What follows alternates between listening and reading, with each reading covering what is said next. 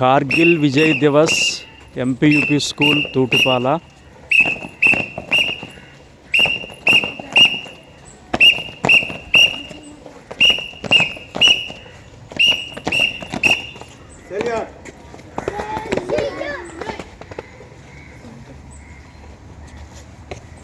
కార్గిల్ అమరవీరుకు జోహార్ జోహార్ అన్నది.